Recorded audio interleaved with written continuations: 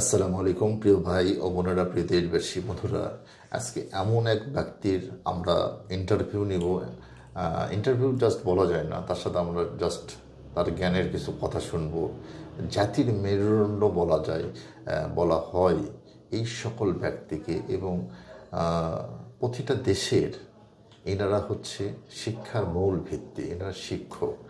উনি ওনার ব্যক্তিগত কিছু সমস্যা নিয়ে আমার কাছে এসেছিলেন, কিন্তু ওনার দুটো কথা আপনাদের মধ্যে আমি মনে করলাম যে ওনার দুটো বাণী আপনাদের মধ্যে যদি ছড়িয়ে পড়ে আপনাদের মাঝে, তাহলে আপনারা ওনার কথা দ্বারা অনেক কিছু পেয়ে যাবেন এবং অনুপ্রাণিত হবেন ওনার কথা শুনে। আসসালামু আলাইকুম। ওয়ালাইকুম আসসালাম ওয়া রাহমাতুল্লাহি ওয়া বারাকাতুহু। বাবা, কোথায় বাসা আপনার? বাসাটা আমার বৃহত্তর কুমিল্লা অঞ্চলে। জি জি জি। ওখান থেকে আপনার কাছে আসা, জি আমার যে কথাগুলো আপনাকে বলেছি, তবে সাধারণ জনসাধারণের উদ্দেশ্যে আমার কিছু বলতেই হয়। জি। সেটা হলো, আমি একজন শিক্ষক। প্রায় 3 যুগের কাছাকাছি আমার শিক্ষকতা জীবন।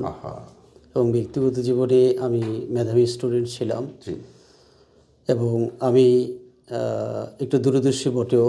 জি। আমি মানুষ দেখলে অনেকটা বুঝি। জি জি।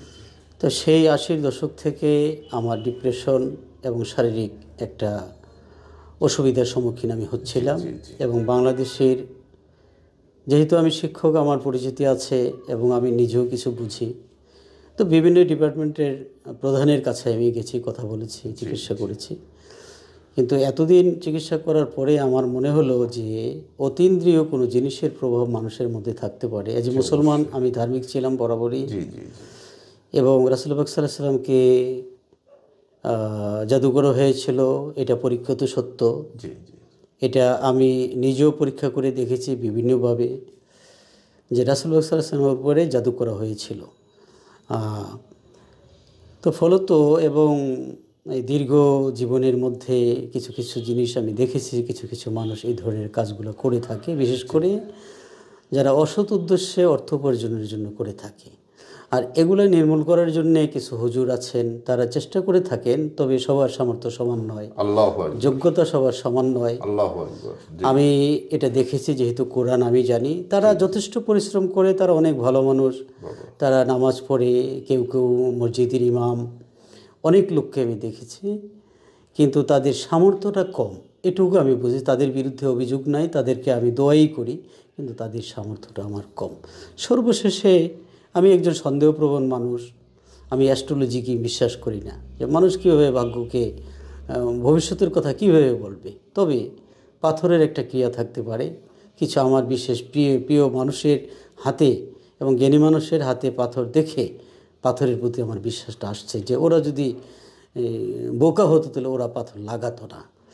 আর এই জাদুর বিষয় এবং জিনের মাধ্যমে যে কিছু ক্ষতি টতি করে থাকে, এটা খুব স্বাভাবিক। আমার জীবনে আমি একবার জিন ধরেছিলাম, তো জিনের আমার কোনো ক্ষতি করে নেই, করতেও পারে না, যে আমি আটকাইছিলাম। তো জাদুর বিষয়টা নিয়ে আমার মধ্যে একটা বদ্ধমূল ধারণা ঘটে গেছে, এবং আমি আমার পিছনের জীবন থেকে, সেই দিক থেকে বের করে নিয়ে আসলাম, যে 80-র দশকের কোনো এক সময় কোনো এক প্রেক্ষাপটে আমাকে এইটুকু খাওয়ানো হয়ে যেতে পারে, একটা ঘটনা ঘটে গেছে। তো যারা করেছে তারা হয়তো পৃথিবীতে নাই। তো আমার এই ধারণাটা থেকে আর এই হুজুরের প্রতি একটা বিশ্বাস, যে আমি ওনাকে একবার দেখব, এবং ওনাকে স্টাডি করতে তো কোনো অসুবিধা নাই। উনি যদি ফলস হয়ে থাকে, পরবর্তীভাবে আমি আবার একটা ডিক্লারেশন দিয়ে দেবো যে উনি সঠিক নন। কিন্তু এখানে আসলাম, এখানের পরিবেশ, ওনার ব্যবহার, হুজুরের চেহারা, হুজুরের সালাত, হুজুরের যে আচার আচরণ দেখলাম, ভিডিওতে দেখেছি, মনে হলো যে অনেক আড়ম্বর, কিন্তু এখানে এসে দেখলাম খুব সাদা সিধা জীবন, খুব অল্প দামের কাপড় চোপড়ই পরা, বেশি কিছু না। আর আছে কিছু আংটি, যে আংটি আমিও ধারণ করেছি।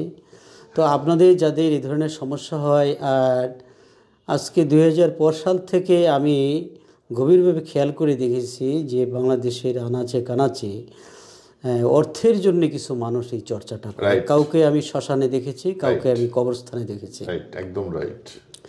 আমি বহু দেখেছি, কবরস্থানে দেখেছি, শ্মশানে দেখেছি, মৃত মানুষের জিনিসপত্র নিয়ে নাড়াচাড়া করতে দেখেছি। পরে তারা কি করে না করে, দাঁত, জি, পরে তারা কি করে না করে তা তো বুঝেই যায়।